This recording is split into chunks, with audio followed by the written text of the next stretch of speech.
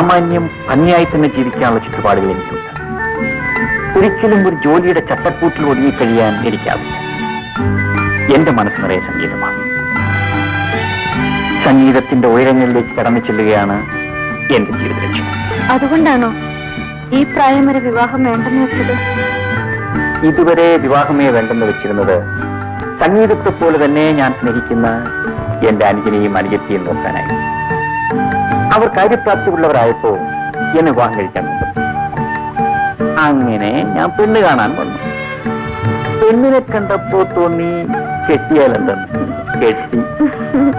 ആട്ടെ, പ്രഭ എന്താ ഇതുവരെ വിവാഹം കഴിക്കാതിരുന്നത്? എനിക്കതിന് വലിയ പ്രായമൊന്നുമില്ലല്ലോ. അതിവിടെ വിവാഹത്തിനു മുമ്പ് എല്ലാ പെണ്ണുങ്ങളും പ്രായം കുറച്ചു പറയും. ഇനി തുറന്നു പറഞ്ഞാൽ എന്താ? എത്ര വയസ്സാ കുറച്ച് പറഞ്ഞത്? പറയൂ. അത് പോട്ടെ. പ്രഭയ്ക്ക് പാട്ടിഷ്ടമാണ്. എന്റെ പാട്ടിഷ്ടമാണ്. അതിന് പ്രഭ എന്റെ പാട്ട് കേട്ടിട്ടില്ലല്ലോ. പിന്നെ ഇഷ്ടമാണെന്ന് പറഞ്ഞത്? ഇനി എനിക്ക് കേൾക്കാമല്ലോ. ഇഷ്ടം പോലെ. ഞാനൊരു വലിയ ഗായകനാകുന്നത് പ്രഭയ്ക്ക് ഇഷ്ടമല്ല. നാളെ ലോകം മുഴുവൻ എന്റെ പാട്ട് കേട്ട് പൂരിത്തെ എല്ലാവരും എന്നെ ആരാധിക്കും. ഞാനൊരു മ്യൂസിക് ഡയറക്ടർ ആകുന്നതാണോ അതോ ഒരു ഗായകനാകുന്നതാണോ? ഏതാണ് പ്രഭയ്ക്ക് ഇഷ്ടം? അങ്ങനെ ഏതിഷ്ടവും എന്റെ ഇഷ്ടമാണ്. എങ്കിലേ എനിക്കിപ്പോ വേറൊരു ഇഷ്ടമുണ്ട്.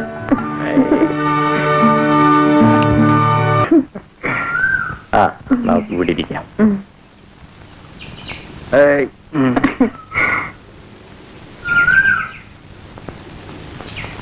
സിന്ധുമോളെ കണ്ടിട്ട് ഒരാഴ്ചയായി.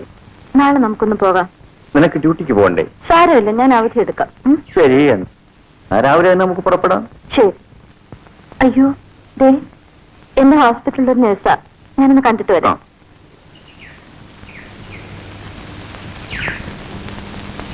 ഹായ്.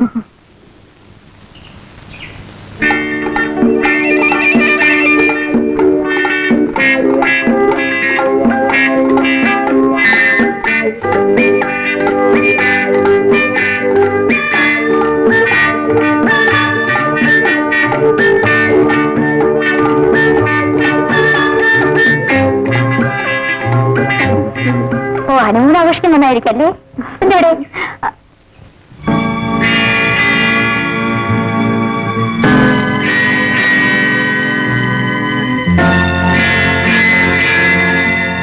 പോട്ടെ, പിന്നെ പരിചയപ്പെട്ടോളാം.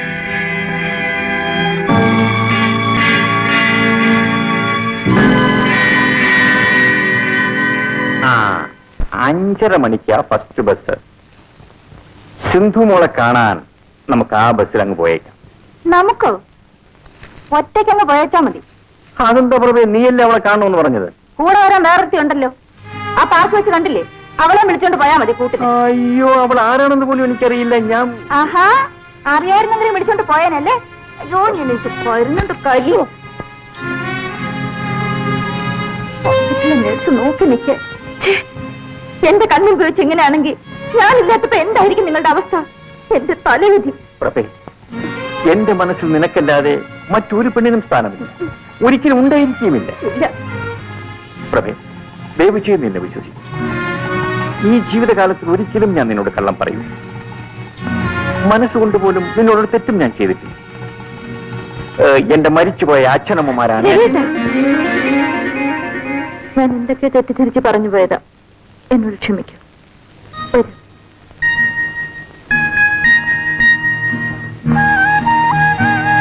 പൊന്നും കുടത്തിന് പൊട്ടു വേണ്ടെന്ന് പറഞ്ഞവന് ഒരു സൗന്ദര്യബോധവുമില്ല. എന്റെ പൊന്നും കുടത്തിന് ഒരു പൊട്ടുകൂടി വേണം. മതി മതി, ഒരു കിന്നാരം അകത്ത് ഫ്ലാസ്കിൽ കാത്തു വെച്ചിട്ടുണ്ട്. ഊണോ? ഊണൊക്കെ ശരിയാക്കി വെച്ചിട്ടുണ്ട്. ഉച്ചയ്ക്ക് ഞാൻ വന്നിട്ട് വിളമ്പിത്തരാം. എന്നിട്ട് കഴിച്ചാൽ മതി കേട്ടോ. ഓ, ഇന്നേ മ്യൂസിക് പ്രാക്ടീസ് ഒന്നും വേണ്ട.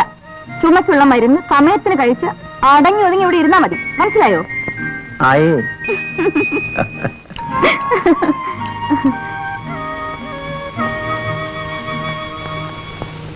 നമസ്കാരം. നമസ്കാരം.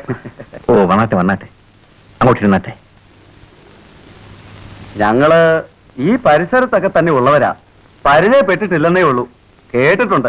ഞങ്ങൾ ക്ഷേത്രത്തിന്റെ ഭാരവാഹികളാ. ഞാൻ സെക്രട്ടറി, ഗജാൻജി പ്രസിഡന്റ്.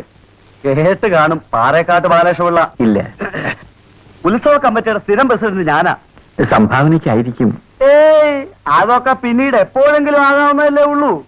ഓ, ആ, മിസ്റ്റർ രവിപ്രസാദ് നല്ലൊരു ഗായകനാണെന്ന് ഞങ്ങൾ അറിഞ്ഞു. ശ്രീഭദ്രകാളി ക്ഷേത്രത്തിലെ ഉത്സവത്തോടനുബന്ധിച്ച് താങ്കളുടെ ഒരു ഗാനമേള നടത്താനാണ് ഉത്സവ കമ്മിറ്റിയുടെ ഐകകണ്ഠമായ തീരുമാനം. സന്തോഷം. ചായ 751 രൂപ പ്രതിഫലം തരാനാണ് കമ്മിറ്റി നിശ്ചയിച്ചിരിക്കുന്നത്. ആയിക്കോട്ടെ. ഇതാ 101 രൂപ അഡ്വാൻസ്. ആ, പിന്നെ മിസ്റ്റർ രവിപ്രസാദിനോട് എല്ലാം തുറന്നു പറയണമല്ലോ. ഓ, 501 രൂപ ഉത്സവ കമ്മിറ്റിക്ക് സംഭാവനയായി നൽകണം. അതാ അതിന്റെ കീഴ്വഴക്കം.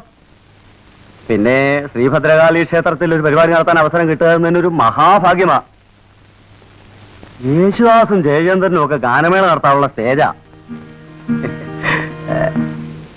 അപ്പോ ഞങ്ങൾ ഇറങ്ങട്ടെ. പരിപാടി പൊടി പൊടിക്കണം. ഓ, പിടിക്കാം.